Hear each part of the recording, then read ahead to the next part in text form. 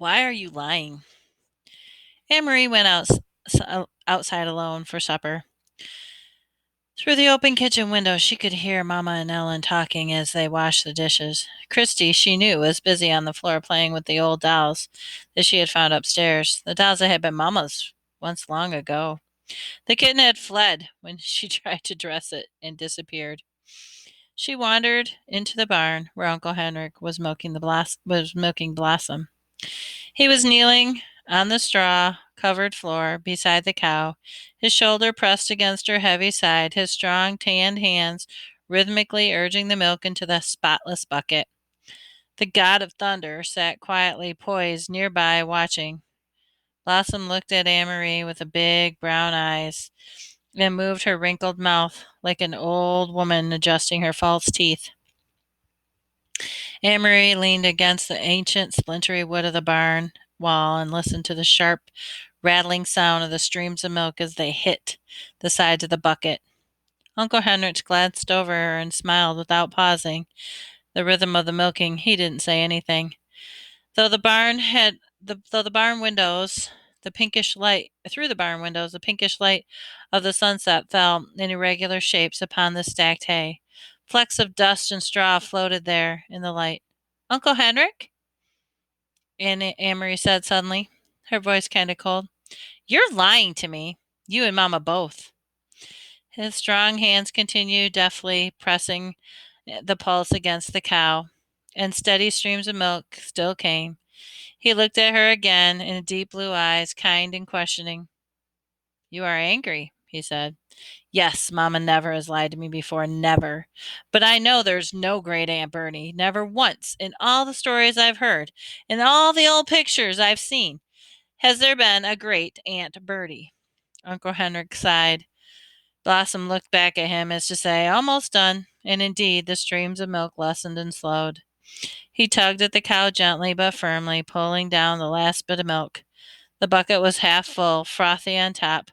Finally, he set it aside, washed the cow's udder with a clean, damp cloth. Then he lifted the bucket to the shelf and covered it. He rubbed the cow's neck affectionately. At last, he turned to Amory and wiped his own hands with the cloth. How brave are you, little Anne Marie? He asked suddenly. She was startled and dismayed. It was a question she did not want to be asked. When she asked if it was for herself, she didn't like her own answer. Not very, she confessed, looking at the floor of the barn. Tall Uncle Henrik knelt before her, so that his face was level with hers. Behind him, Blossom lowered her head, grasped a mouthful of hay in her mouth, and drew in with her tongue. The kitten cocked his head, waiting and still hoping for spilled milk. I think that's not true, Uncle Henrik said. I think you are like your mamma, and like your papa, and like me. We're frightened, but determined. And if the time came to be brave, I'm quite sure you would be very, very brave. But, he added, it is much easier to be brave if you don't know everything. And so your mamma does not know everything. Neither do I. We know only what we need to know. Do you understand what I'm saying? He asked, looking into her eyes. Amory frowned. She wasn't sure. What did bravery mean? She had been very frightened at the day that not long ago, though now it seemed far in the past, when the soldier had stopped her on the street and asked her questions in a rough voice. And had she known everything then? Had she not known that the Germans were going to take away the Jews? And so when the soldier asked, looking at Ellen that day, what's your friend's name? She was able to answer her, even though she was frightened. If she had known everything, it would have been not have been so easy to be brave. She began to understand just a little. Yeah, she said to Uncle Henrik.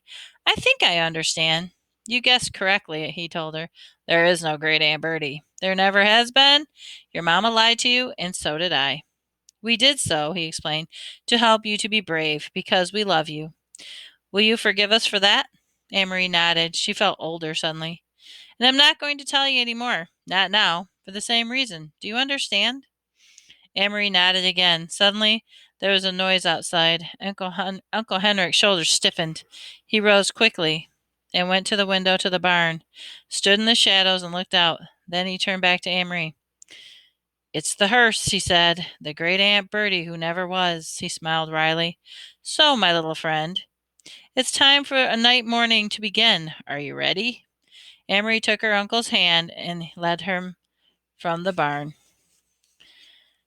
The gleaming wood casket rested on the supports of the center of the living room, and it was surrounded by fragile, papery flowers that Amory and Ellen had picked this afternoon.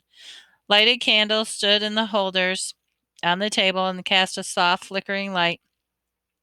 The hearse had gone, the solemn-faced men who had carried the casket indoors were gone with it.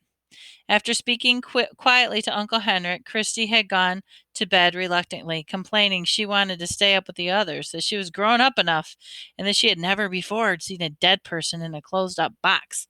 That wasn't fair. But Mama had been firm, and finally Christy, sulking, had trudged upstairs with her dolls under one arm, the kitten in the other.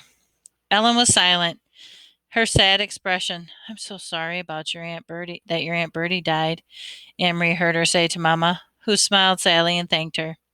Amory had listened and said nothing. So I too now am lying, she thought, to my very best friend.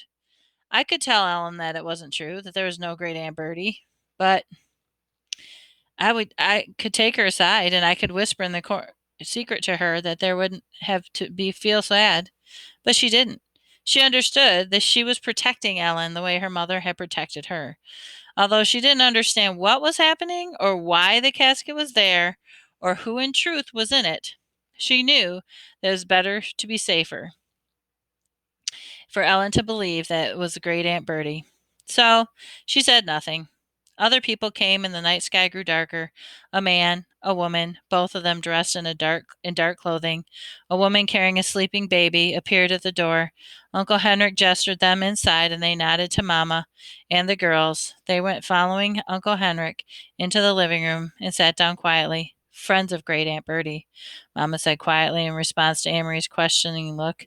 Amory knew that Mama was lying again, and she could see that Mama understood that she knew. They looked at each other for a long time and said nothing. In that moment, with that look, they became equals. From the living room came the sound of a sleepy baby's brief wail. Amory glanced through the door and saw a woman open her blouse and begin to nurse the infant, who quieted. Another man arrived, an old man, bearded, quietly. He went to the living room and sat down, saying nothing to the others, only glanced at him. The young woman lifted her baby's blanket, covering her face and her own breast. The old man bent his head forward and closed his eyes as if he were praying. His mouth moved silently, forming the words that no one could hear.